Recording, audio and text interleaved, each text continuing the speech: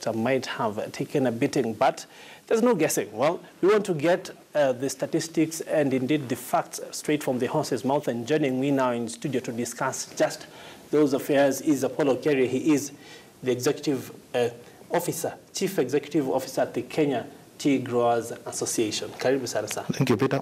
Now, very quickly, essentially, the thing that most people will remember about the tea sector is that we've seen in places like Kericho and indeed a lot of the western growing belts. Where exactly are we on this situation now? Thank you, Peter. Yeah, the last 3 weeks were not very good for the industry. We had those strikes, worker strikes. But as we speak now, operations are back to normal. Yes. 100%, I can say. And production now has started picking up. Sorry, we lost a few million kilos of tea over the last 3 weeks. Yes. But so far, it's good. Business is back on duty, on track. Yes. Now, there had been this situation with the drought before that, and of course, a bit of a challenge with productivity in the run-up to the unrest.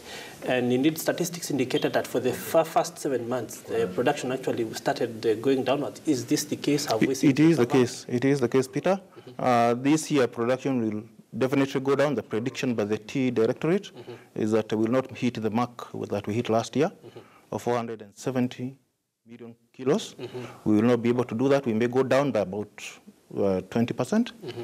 It means the long term of it is that the income that we get, the foreign exchange that this country gets from tea will not be achieved. On the same breath, on the ground, in the rural areas where this tea is grown, the kinds of money that we circulate will as well be low. So in a nutshell, what we are saying is the industry is not in a very good situation, and coupled with the strike that now also brought down the productivity, it means we will have to struggle to meet our budgets for this year. Kenya's the largest foreign exchange earner, essentially down in the doldrums. We have a situation where this is something that matters for a lot of Kenyans. When it comes to productivity, at one point it was the introduction of machines which was rejected by the industry. There's also a move towards diversification of tea varieties to start bringing in more money. What do you see as the future for this industry to be able to bring it back to where it's supposed to be?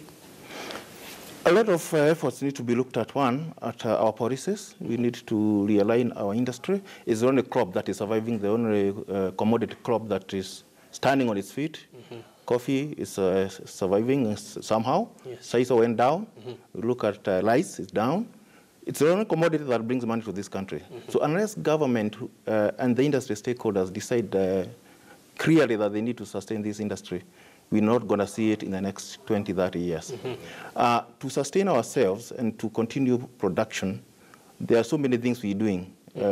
Doing a crop husbandry improvement, so that the clones that we are planting are better yielding, they're high yielding, so that we're able to meet the numbers, because the acreage of land for tea production has gone down. It's not expanding, but we need the numbers, the quantity. That can only be done by more high-quality clones that can produce more tea.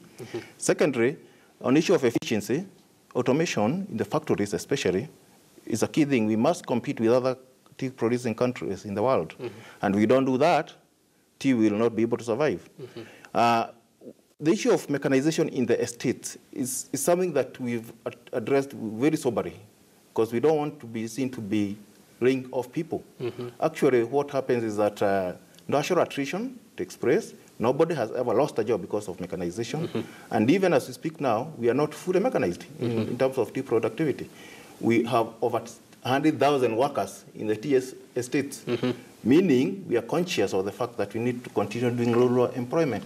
But if we are pushed to the wall, then obviously people start thinking, how best do I survive this business? Indeed, sir, unfortunately, we have to cut you off right there.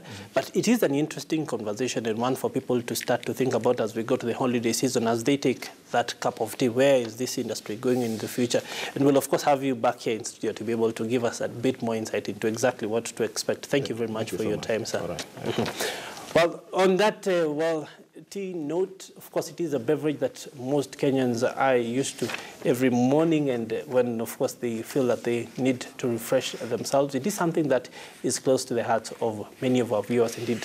I want to return you back to Mombasa Road, to my colleague Abby Agina, for a look at what exactly is happening in the world of business in some morning.